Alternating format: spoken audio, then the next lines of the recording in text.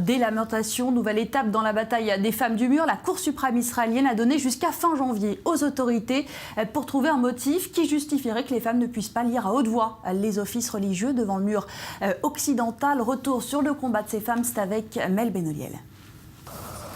Elles sont orthodoxes, traditionnalistes ou réformistes, mais ces femmes sont avant tout des juives féministes. Il est 6 h du matin sur un parking du centre-ville de Jérusalem. C'est ici qu'elles se retrouvent une fois par mois depuis 28 ans.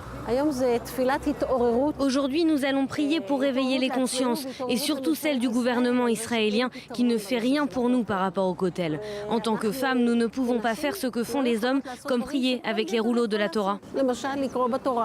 Voilà le combat d'Anat Hoffman et de ses femmes, bénéficier des mêmes droits que les hommes, comme notamment pouvoir prier avec un rouleau de la Torah et s'habiller avec les vêtements religieux d'usage dans le lieu le plus sacré du judaïsme, le mur occidental, le Kotel en hébreu.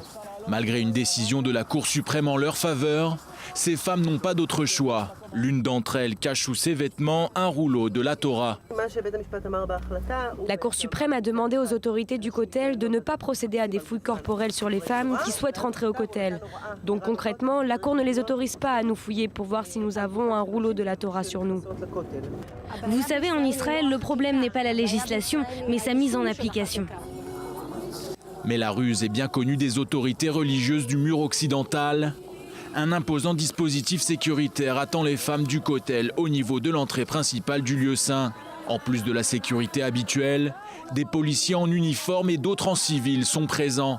Même si la justice est avec elles, le petit groupe de femmes va avoir du mal à se frayer un chemin.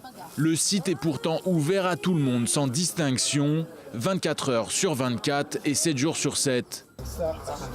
Nous savons que vous voulez faire rentrer des rouleaux de la Torah sur vous. Vous ne pouvez pas nous fouiller, uniquement à l'aide de la machine. Ça, c'est une décision de justice, et c'est ce que ça dit.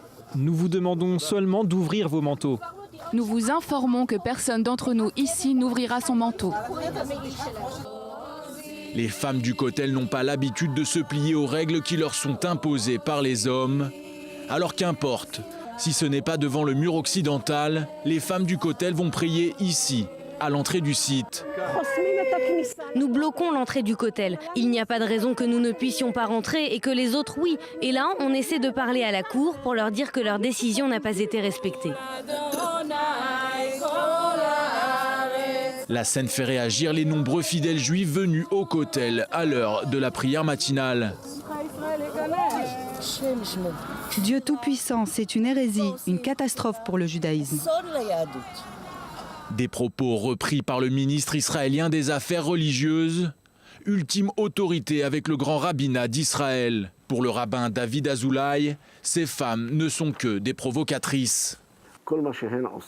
Tout ce qu'elles savent faire, c'est créer la discorde à un endroit où il y a l'unité.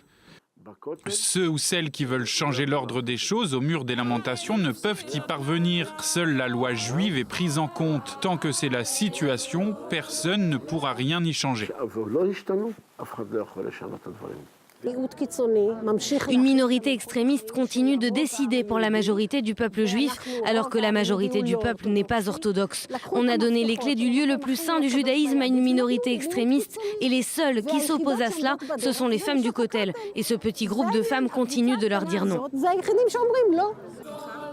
Mission à moitié accomplie pour les femmes du Kotel. Malgré une décision de la Cour suprême israélienne, la sécurité du lieu le plus saint du judaïsme leur a refusé l'accès jusqu'au mur occidental. Pour ces femmes juives féministes, le combat continue.